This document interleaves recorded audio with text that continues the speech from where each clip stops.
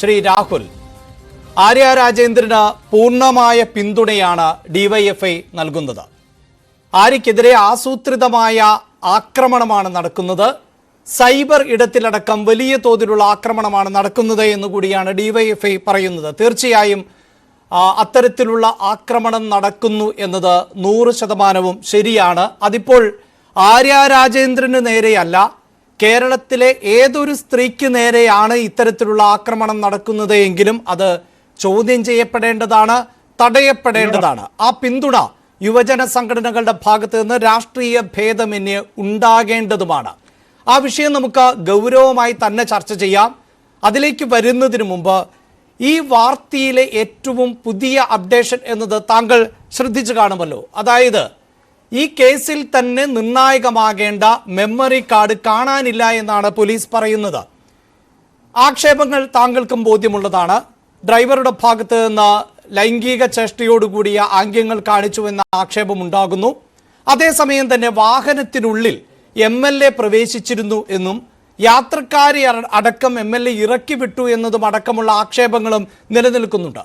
Video പകർത്തിയവരുടെ ദൃശ്യങ്ങൾ ബലം പ്രയോഗിച്ചുകൊണ്ടടക്കം delete ചെയ്യിപ്പിച്ചു എന്ന ആക്ഷേപവും നിലനിൽക്കുന്നുണ്ട്. അപ്പോൾ ഇത്തരം ആക്ഷേപങ്ങൾ നിലനിൽക്കെ പ്രധാനമാകേണ്ടിയിരുന്ന മെമ്മറി കാർഡ് കാണുന്നില്ല എന്ന് പോലീസ് പറയുമ്പോൾ അത് കാണാതെ പോയതാണോ മാറ്റിയതാണോ എന്ന് പൊതുജനത്തിന് സംശയമുണ്ടാകില്ലേ ശ്രീ രാഹുൽ?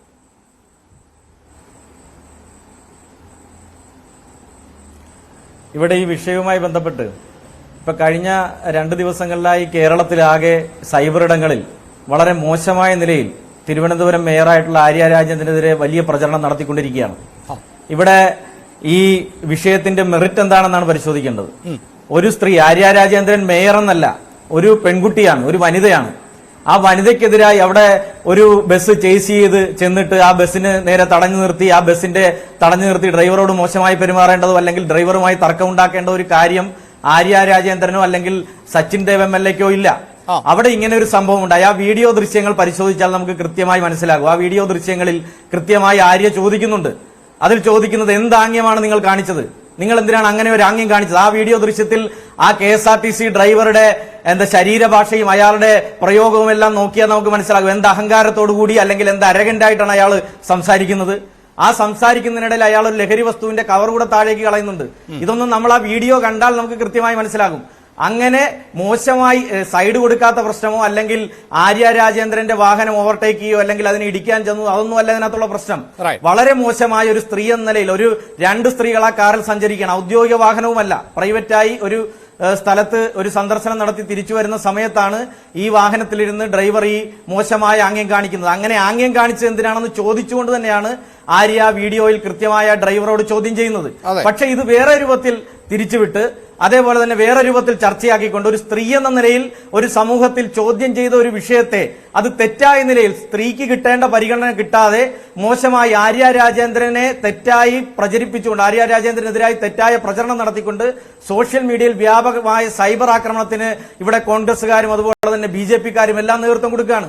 ഇത് അവതാരകൻ തുടക്കത്തിൽ സൂചിപ്പിച്ചത് തന്നെ ശ്രീ അഭിലാഷ് ഇവിടെ പറഞ്ഞു, 100% ശരിയാണ്, അങ്ങനെ ചെയ്യാൻ പാടില്ല.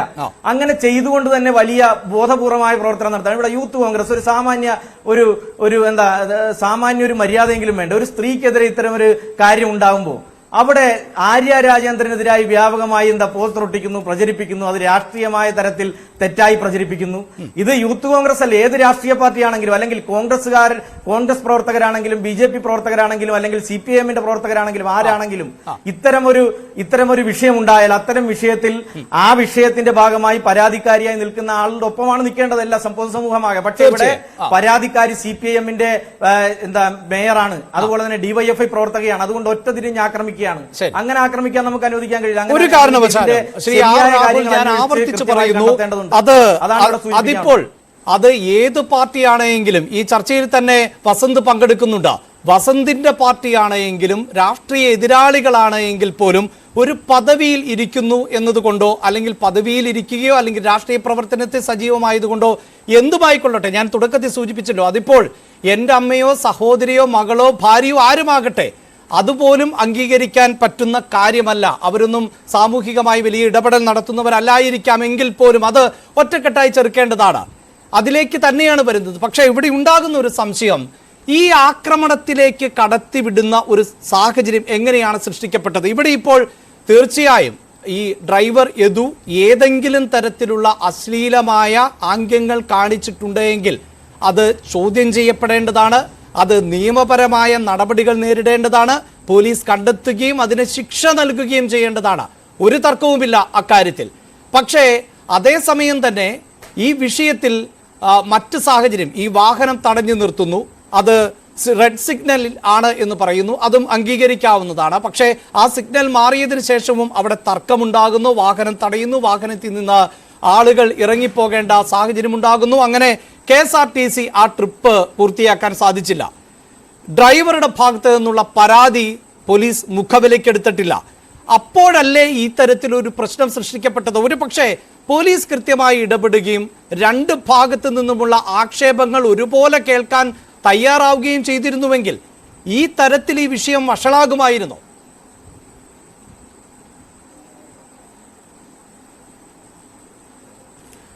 അപ്പോ പറഞ്ഞു വരുന്നത് ഇങ്ങനെയുള്ള സംഭവം ഉണ്ടായാൽ വനിതകൾ ആരും ഇത്തരം പ്രതികരണം നടത്തണ്ട എന്നുള്ളതാണ്. ആര്യ രാജേന്ദ്രൻ ആയതുകൊണ്ടാണ് ഇങ്ങനെ പ്രതികരിച്ചത്. ഇപ്പൊ ഇവിടെ ശ്രീ അഭിലാഷ് പറഞ്ഞനുസരിച്ച് അങ്ങനെ ഒരു പ്രതികരണം ഉണ്ടായതുകൊണ്ടാണ് ഈ പ്രശ്നം ഉണ്ടായത്. അല്ല, അങ്ങനെ പ്രതികരിക്കാതെ പോയിരുന്നെങ്കിൽ നടക്കില്ലായിരുന്നു എന്നാണ് ഞാൻ കൃത്യമായി പറയുന്നു. മേയർ ആര്യ രാജേന്ദ്രനോട് എന്നല്ല, കേരളത്തിലെ ഏതൊരു സ്ത്രീയോടും ഏതൊരു പുരുഷനും ലൈംഗിക ചേഷ്ട കാണിച്ചാൽ അത് ചോദ്യം ചെയ്യപ്പെടേണ്ടതാണ്. അത് നിയമപരമായ നടപടികൾക്ക് വിധേയമാകപ്പെടേണ്ടതാണ്. ഇവിടെ ആര്യ രാജേന്ദ്രനെ പോലെയുള്ള ഒരാൾ സ്വാഭാവികമായും സമൂഹത്തിന് മാതൃകയാകേണ്ടവരാണ്. അവരത് ചോദ്യം ചെയ്തതിനെ ഒരു തരത്തിലും ആക്ഷേപിക്കുന്നില്ല, തെറ്റ് എന്ന് പറയുന്നില്ല. പക്ഷേ അത് ചോദ്യം ചെയ്യപ്പെട്ട രീതിയോടുള്ള വിയോജിപ്പുകൾ ഉണ്ട്. അതുമായി ബന്ധപ്പെട്ട പരാതികൾ എല്ലാ കോണുകളിൽ നിന്നുമുണ്ട്. ആ കോണുകളിൽ നിന്നുള്ള പരാതികളും ഉൾക്കൊള്ളേണ്ടത് പോലീസിന്റെ ഉത്തരവാദിത്തമല്ലേ എന്നുള്ളതാണ് ചോദ്യം.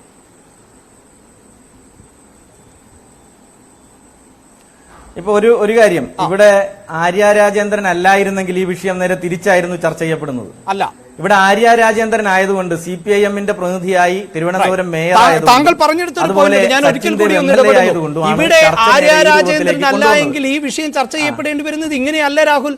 ഞാൻ പറഞ്ഞല്ലോ, എന്റെ സഹോദരിയോ എന്റെ അമ്മയോ എന്റെ മകളോ എന്റെ ഭാര്യയോ ആണ് ഇത് ചെയ്തതെങ്കിൽ ഞാൻ പിന്നാലെ പോകേണ്ടി വരും. കാരണം KSRTC-യുടെ ഭാഗത്ത് നിന്ന് KSRTC-യുടെ ട്രിപ്പ് മുടങ്ങി എന്ന പരാതി ഉണ്ടാകും.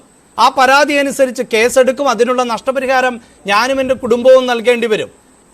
ഗതാഗത തടസ്സമുണ്ടാക്കിയതിന് മറ്റൊരു കേസ് ഉണ്ടാകും.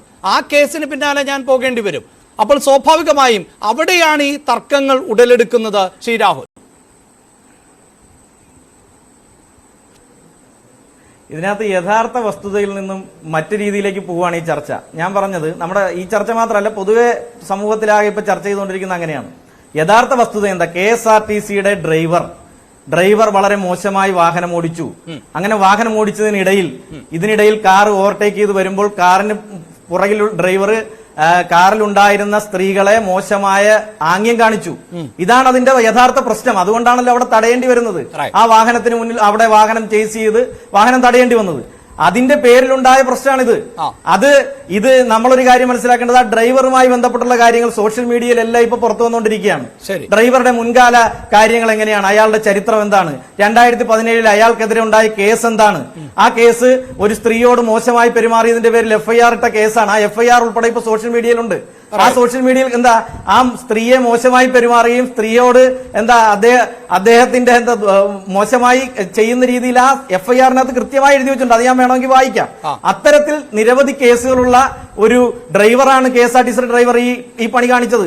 അയാൾ തന്നെ ഇതിനു മുമ്പ് മോശമായി ഡ്രൈവ് ചെയ്തതിന്റെ ഭാഗമായി കേസ് നിലവിലുണ്ട്.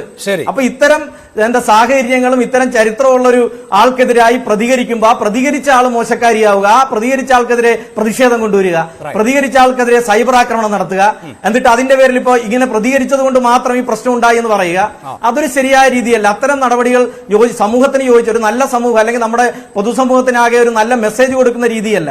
അത് ആ നിലയിൽ തന്നെ നമ്മൾ ചർച്ച ചെയ്തു പോകണം. ഏത് സ്ത്രീക്കെതിരായിട്ടാണെങ്കിലും ആർക്കെതിരായിട്ടാണെങ്കിലും ഇത്തരം നടപടികൾ ഉണ്ടായാൽ ഒരു ഭാഗത്തോട് പൂർണ്ണമായും ഞാൻ വിയോജിച്ചുകൊണ്ടേയിരിക്കുന്നു. കാരണം ഇത്തരത്തിലുള്ള പ്രതിഷേധങ്ങളോട് ഒരെതിർപ്പുമില്ല.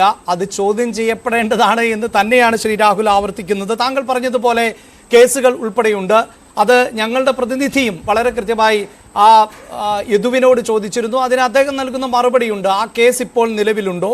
ആ കേസ് തന്നെ രാഷ്ട്രീയമായ കേസുകളായിരുന്നു. അത് യുവാക്കൾ തമ്മിലുള്ള ചില തർക്കമായിരുന്നു. ആ തർക്കത്തിന്റെ പേരിൽ നിയമപരമായി കൊടുക്കുന്നതിന് വേണ്ടി ചെയ്ത കേസുകളാണ്. പക്ഷേ ആ കേസിൽ ഏതെങ്കിലും തരത്തിൽ യദു ശിക്ഷിക്കപ്പെട്ടതായി നമുക്ക് വിവരമില്ല. ആ കേസ് അല്ല, രാഷ്ട്രീയമായ കേസല്ല. ഞാനത് വായിക്കാം. അതിനകത്ത് എഫ്ഐആറിലെ അല്ല, എഫ്ഐആറിലെ മൊഴി ഞാൻ വായിക്കാം. അപ്പൊ അത് രാഷ്ട്രീയമായ കേസാണോ നിങ്ങൾക്ക് മനസ്സിലാവും. എഫ്ഐആർ എന്നതുകൊണ്ട് നമുക്ക് ഒരു വ്യക്തിയെ നമുക്ക് പൂർണ്ണമായി അല്ല വായിക്കുന്നത്. രാഷ്ട്രീയമായ കേസ് എന്ന് പറഞ്ഞാൽ അല്ല, രാഷ്ട്രീയമായ കേസായെന്ന് അത് അല്ല, കേസ് രാഷ്ട്രീയമാണെന്ന് പറഞ്ഞ് നമ്മളതിനെ അങ്ങനെ ആ രീതി കാണണ്ട. ആ എഫ്ഐആറിന്റെ മൊഴി വായിച്ചാൽ കൃത്യമായിട്ട് അറിയാം. ഒരു പെൺകുട്ടിയോട് മോശമായി സിബ് തുറന്നു കാണിച്ചു എന്ന് മാത്രമല്ല, വീട്ടിൽ ആളില്ലാത്ത സമയത്ത് ഞാൻ നിങ്ങളുടെ വീട്ടിലേക്ക് വരാം എന്നാ പെൺകുട്ടി മൊഴി കൊടുത്തിട്ടുണ്ട് ആ എഫ്ഐആറിൽ. നിങ്ങളത് മറച്ചു വെക്കരുത്. അത് രാഷ്ട്രീയമായ കേസായിട്ടൊന്നും പറയരുത്. അങ്ങനെ 2017 ഡ്രൈവർക്കെതിരെ കേസെടുത്തതിന്റെ എഫ്ഐആറിന്റെ കോപ്പി ഉണ്ട്. തീർച്ചയായും ഞാനത് അംഗീകരിക്കുന്നു. അക്കാര്യം അത്തരം ചരിത്രമുള്ള ആളാണ് ഈ ഡ്രൈവർ. അയാളുടെ പെരുമാറ്റം ഇപ്പോഴാണല്ലോ അയാൾ